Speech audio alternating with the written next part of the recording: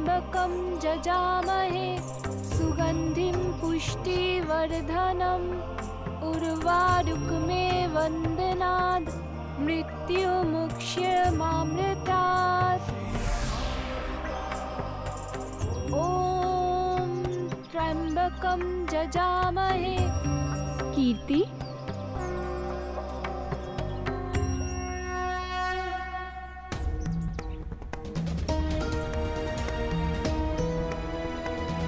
আপনি কে দেবী? আমি তোমার রূপ, তোমার দৈবিক রূপ। অর্থাৎ আমি আর তুমি, আমরা দুজন এক।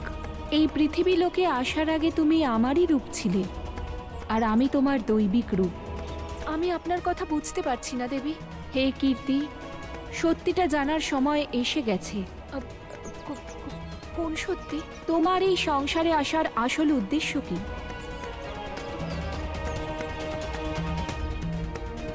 কোন উদ্দেশ্যে এসেছি আমি এই সংসারে? তুমি এই সংসারে শক্তিকে জন্ম দিতে এসেছিলে, কিন্তু এখন তোমার জন্মের সেই উদ্দেশ্য পূর্ণ হয়েছে।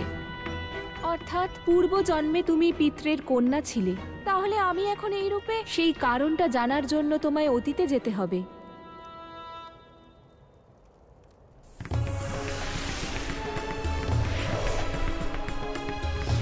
দেবীরা, আমরা সনত কুমারেরা আপনাদের সবাইকে অভিশাপ দিচ্ছি যে আপনারা সবাই পৃথিবী লোকে মানুষ হয়ে জন্মগ্রহণ করবেন।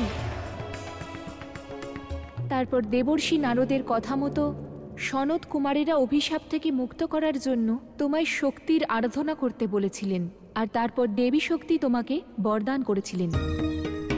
হে মা দুর্গা, আমি অভিশপ্ত। আপনার কাছে উদ্ধারের উপায় জানতে এসেছি। দয়া করুন মা, আমাকে আমার উদ্ধারের পথ বলে দিন। দাপর যুগে তোমার জন্ম কীর্তি রূপে বর্ষানায় হবে, আর রাধার রূপে এক শক্তিকে তুমি জন্ম দেবে। তখন ওখানে ভগবান শ্রীকৃষ্ণের জন্ম হবে, আর তিনিই তোমাকে উদ্ধার করবেন। তারপরে তুমি আবার এই দৈবলোকে ফিরে আসবে। হে কীর্তি, এখন তোমার উদ্ধারের সময় এসেছে। তুমি খুবই ভাগ্যবতী যে শক্তি স্বরূপা রাধা তোমার উদ্ধারের কারণ হয়েছে, যাতে তুমি এই সংসার থেকে ফিরে সেই কর্ম করো যা তোমার নিয়তি নির্ধারণ করে রেখেছে। যদি আমার উদ্ধারের কারণ আমারই কন্যা হয়, তাহলে মাধ্যম কে আর পথ কি দেবী? তোমার এই প্রশ্নের উত্তর পরম অবতার শ্রীকৃষ্ণের কাছে আছে। উনি দেখাবেন তোমাকে সৎকর্মের পথ।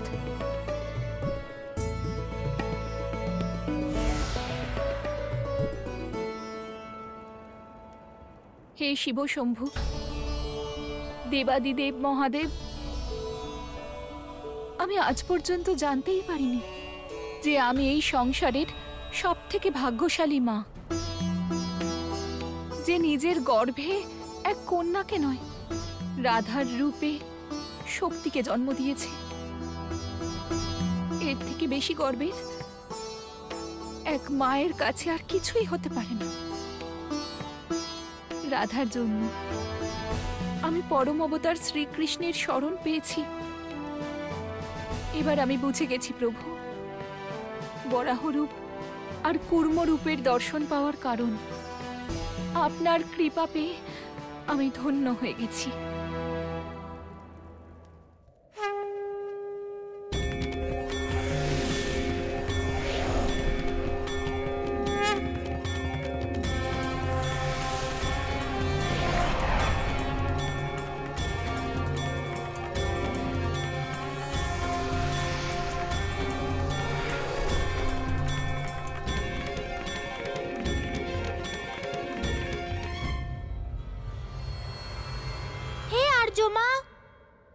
আপনি আমায় সাহায্য করে না কেবল আমার পরিকল্পনাকে সফল করেছেন, বরং সংসারের বিধির বিধানকে খণ্ডিত হওয়া থেকে রক্ষা করেছেন। হে পিতৃদেব, আমি সর্বদা আপনার কৃতজ্ঞ থাকব। কৃতজ্ঞ আমি আপনার কাছে প্রভু। আপনি এখানে এসে সমগ্র পিতৃলোকে পবিত্র করেছেন। এবার অনুমতি দিন, আমার প্রস্থানের সময় হয়ে গেছে। প্রণাম প্রভু।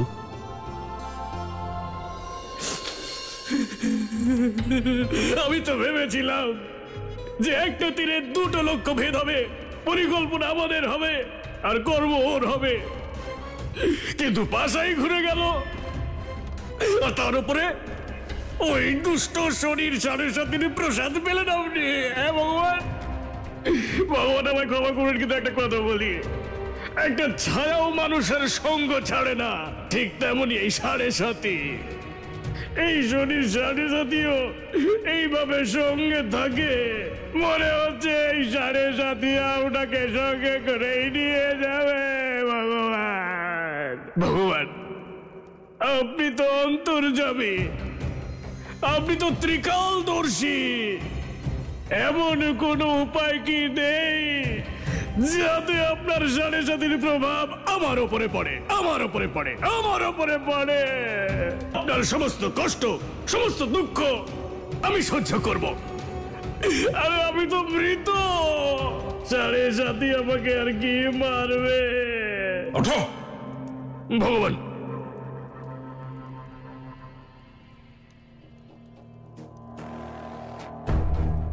আরে আমার প্রিয় ভদ্রাক্ষ, আমি যে বরদান লাভ করেছি তা তুমি নিয়ে নিতে চাইছো? বরদান? কাল অব্দি তো 7.5 অভিশাপ ছিল ভগবান, আজ বরদান কি করে হয়ে গেল? 7.5 হলো সেই বরদান যা ভোগ করে প্রাণীরা তাদের পাপ কর্ম আর অধর্ম থেকে মুক্তি পেয়ে যায়। আর সব থেকে গুরুত্বপূর্ণ হলো, যে ব্যক্তির এই 7.5 দশা চলছে তার মৃত্যু হয় না, স্বয়ং যমরাজও তার কাছে ঘেঁষে না। 7.5 দশার পরে আমিও পাপ কর্ম আর অধর্ম থেকে মুক্তি লাভ করব। আমিও পাপ মুক্ত আর পবিত্র হয়ে যাব। তারপর আমার ওই শত্রু পরম অবতার শ্রীকৃষ্ণ চাইলেও আমার কোনো ক্ষতি করতে পারবে না। অর্থাৎ ভগবান? অর্থাৎ ওই চক্রধারী বিষ্ণু কারোর বিনাশ করে না কোনো কারণ ছাড়া। আর আমার বিনাশের কারণই তো 7.5 দশা দিয়ে শনিদেব সমাপ্ত করে দিয়েছেন। তাই এখন আর কোনো বিলাপ নয়, কোনো ভয় নয়, কোনো অশ্রু নয়, কেবল আনন্দই আনন্দ। 7.5 দশার 7.5 বছর পূর্ণ হওয়ার পরে ওই শনিদেব স্বয়ং এসে দাঁড়াবে ভগবান কংসকে রক্ষা করতে ওই কানাইয়ের সম্মুখে। 7.5 তো সত্যি সত্যি বরদান হয়ে গেল ভগবান। 7.5 ভগবান কংসের জন্য একটা কবচ, যা স্বয়ং পরিয়েছে ওই শনিদেব আমাকে, ওই কানাইকে দূরে রাখার জন্য। এখন শুধু সে কেন, ওর ছায়াও আমার কাছে পৌঁছতে পারবে না। এই যে আনন্দের কথা ভগবান, পরম আনন্দের, বলো শনিদেবের। ভুল করে বলে ফেলেছি ভগবান, বলো ভগবান কংসের জয়।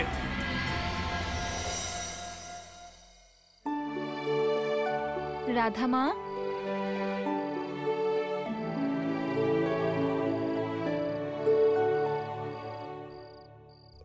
মা, তুমি তো মহামৃত্যুঞ্জয় মন্ত্র জপ করতে গিয়েছিলে, এত তাড়াতাড়ি কি করে ফিরে এলে? জপ শেষ হয়ে গেছে? রাধা মা, যখন কেউ কোনো বিষয়ের সত্যতা জেনে ফেলে তখন আর কিছু করার প্রয়োজন পড়ে না। আমি বুঝতে পারলাম না মা, তুমি কি বলতে চাইছো?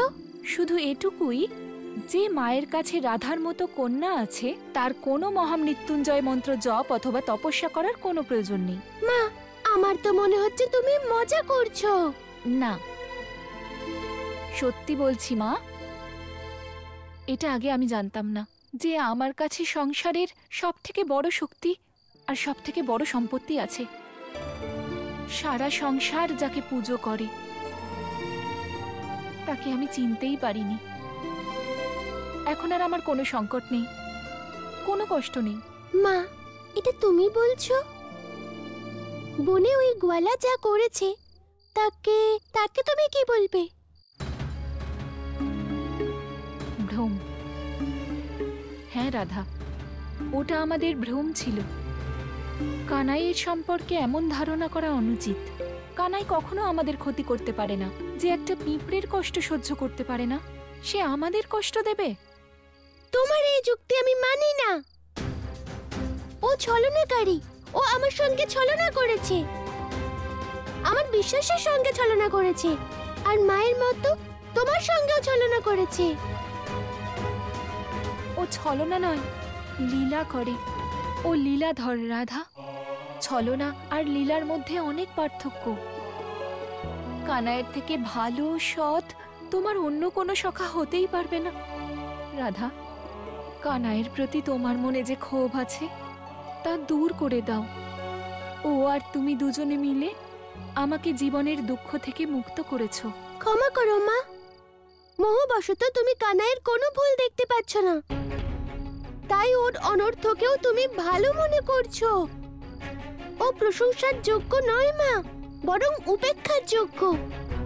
রাধা মা, ওর অনর্থ করার পিছনেও কোনো অর্থ রয়েছে, যেমন ঝিনুকে মুক্ত। আমি আবার বলছি, ও কারুর শত্রু হতেই পারে না। আর সেই মায়ের শত্রু তো কখনোই নয় যে মায়ের গর্ভে রাধা জন্ম নিয়েছে। তোমার কথা আমি বুঝতে পারছি না। তুমি এখন ক্লান্ত, আর আমিও কথা বলে যাচ্ছি। তুমি বসো, আমি এক্ষুনি জল আনছি।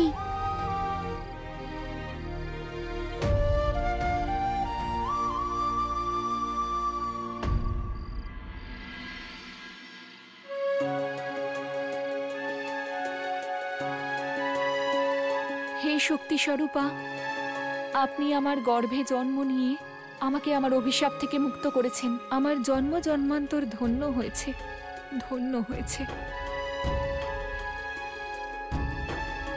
মা, একটা কথা জিজ্ঞেস করব? বলো। তুমি কিছু লুকোচ্ছ আমার কাছে। কি লুকোবো? যেই সত্য এতদিন ধরে আমার অজানা ছিল, এতদিন পরে আমি জানতে পারলাম। কি সত্যি মা? যে তোমার আমার সবার জীবনের একটাই উদ্দেশ্য। মনে হচ্ছে ওই গোয়ালা তোমার উপর কোনো মায়া রচনা করেছে, সেই জন্যই তুমি এরকম কথা বলছো মা। রাধা, কথা বলতে বলতে কত দেরি হয়ে গেল।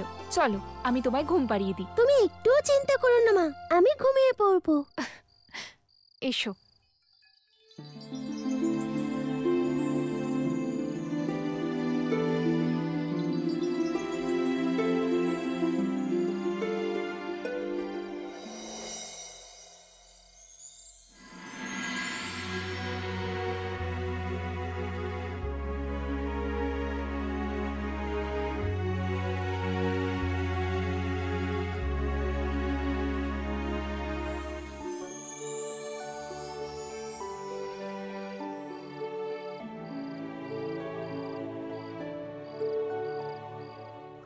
নারায়ণ নারায়ণ।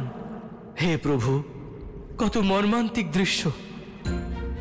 দেবী রাধার আর কীর্তি দেবীর, ওই মায়ের মনের কি অবস্থা, যে আগে থেকে জানে যে তার কন্যার সাথে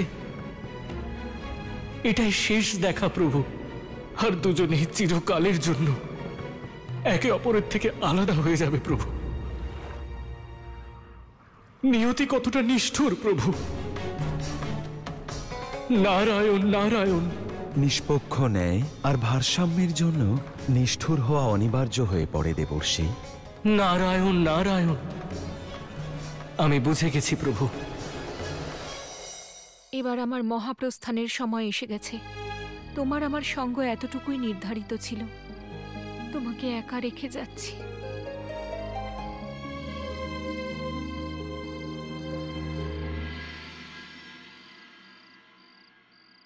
মা, আমি জানি যে তোমার মনে অবশ্যই কিছু আছে যা তুমি আমাকে বলতে চাইছো না, কিন্তু কোনো অনর্থ ঘটে যাবার আগেই যে করেই হোক আমাকে সবটা জানতে হবে।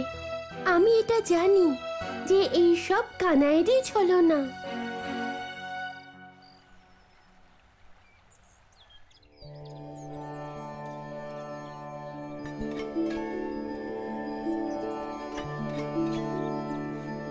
হে শ্রীকৃষ্ণ, আপনি ধন্য। আজ আমি বুঝতে পারলাম এই গাভীরা আপনারা তো প্রিয় কেন। গাভীদের সান্নিধ্যে যে সুখ, যে আনন্দ আছে তা সংসারে আর কোথাও নেই। এদের সেবা করে মাতৃসেবার আনন্দ লাভ করা যায়।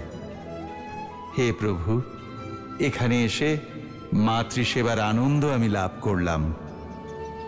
শনিদেব, শনিদেব! কি হয়েছে রাধা? তোমায় চিন্তিত লাগছে কেন? শনিদেব, জানি না মা কোথায় চলে গেছে। গৃহে সর্বত্র খুঁজেছি, কোথাও নেই। গৃহে না থাকলে কোথায় যেতে পারেন? বুঝতে পারছি না। কিছু সময় আগে আমাকে অনেক কথা বলল, এমন ভাবে সব কথা বলছিল যেন মা হঠাৎই কিছু জানতে পেরেছে, কিন্তু কিছু বলল না। আমায় শুইয়ে দিয়ে কিছুক্ষণ পরে কি জানি কোথায় চলে গেল। এ তো খুব আশ্চর্যের বিষয়। কিছু করুন শনিদেব। আমার সম্পূর্ণ বিশ্বাস এই সব কিছু ওই কানাইয়েরই ছলনা। ওর এই ছলনা থেকে আমার মাকে রক্ষা করুন শনিদেব। তুমি চিন্তা করো না।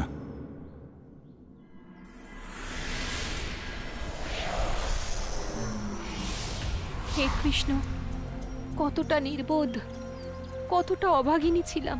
আমার সামনে সাক্ষাৎ ত্রিলোকী কৃষ্ণ ছিলেন, আর আমি তাকে চিনতেই পারিনি। যখন কখনো কখনো আমি আভাস পেতাম যে আমার কানাই কোনো সাধারণ বালক নয়, অসাধারণত্ব কিছু তো নিশ্চয়ই আছে, কিন্তু আমি হলাম একটা মূর্খ। মমতায় অন্ধ ছিলাম, সরিয়ে ফেলতাম সেই ভাবনা। কিন্তু আজ আমার চোখ খুলে গেছে। এ নিশ্চয়ই আমার কোনো পুণ্যকর্মের ফল যে আমি আমার প্রভুর বাস্তবিক স্বরূপ দেখতে পেয়েছি। আপনার চরণে আমার প্রণাম স্বীকার করুন প্রভু। না কাকি, তুমি এমন করো না। ঈশ্বর তো আমি সংসারের কাছে, তোমার কাছে তো আমি সেই মাখন চোর কানাই। কাকি, সৌভাগ্যবান তো আমি যে তুমি আমায় স্নেহ দিয়েছো, মমতার স্পর্শ দিয়েছো। আপনিও তো লক্ষ্মী স্বরূপা রাধার মা হওয়ার বরদান করে আমার সব ইচ্ছে পূর্ণ করেছেন। এখন শুধু একটাই শেষ ইচ্ছে বাকি রয়েছে। বলো, কি ইচ্ছে কাকি? আমার প্রভু কখন আমাকে নিজের শরণে নিয়ে নিজের ধামে স্থান দেবেন। কাকি, ভগবান কোনো কাজ প্রত্যক্ষভাবে করেন না, কারোর মাধ্যমে করেন।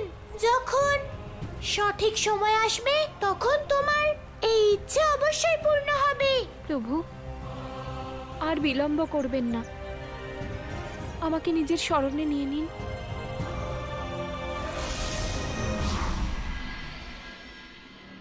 হে প্রভু। কি হয়েছে শনিদেব? কি হয়েছে আমার মায়ের? মা ঠিক আছে তো?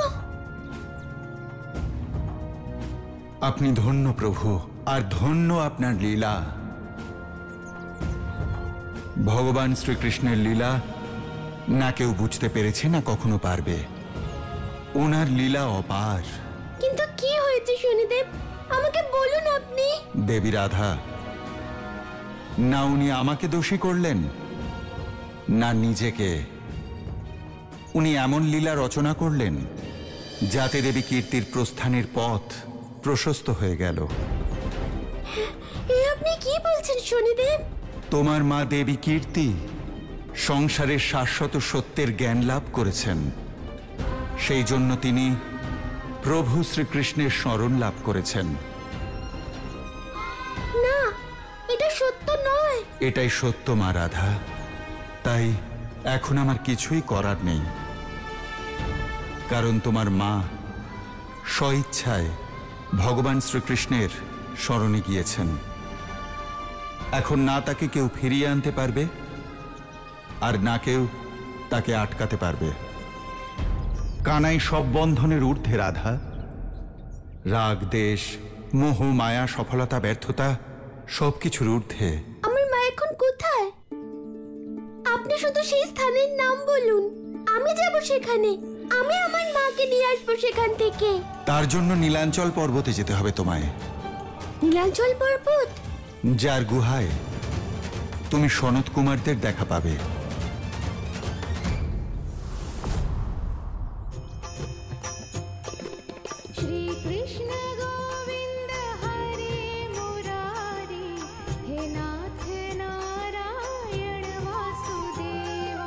श्री कृष्ण गोविंद हरे मुरारी हे नाथ नारायण वासुदेव। মা মা তুমি কোথায় মা? মা তুমি যেখানেই থাকো সেখান থেকে ফিরে এসো মা। মা যাও কাকি, নীলাচল পর্বতের দিকে, সেখানেই আছে তোমার উদ্ধারকর্তা সেই 4 ঋষি কুমার। জন্ম জন্ম সে মুক্তি পাই শ্রী কৃষ্ণ গোবিন্দ হরে মুরারি হে নাম। মা তুমি কোথায় মা? বাসুদেব রাধে শ্যাম রাধে শ্যাম রাধে শ্যাম শ্যাম শ্যাম রাধে শ্যাম। মা মা যদি তুমি আমার ডাক শুনতে পাও তাহলে সাড়া দাও। মা মা মা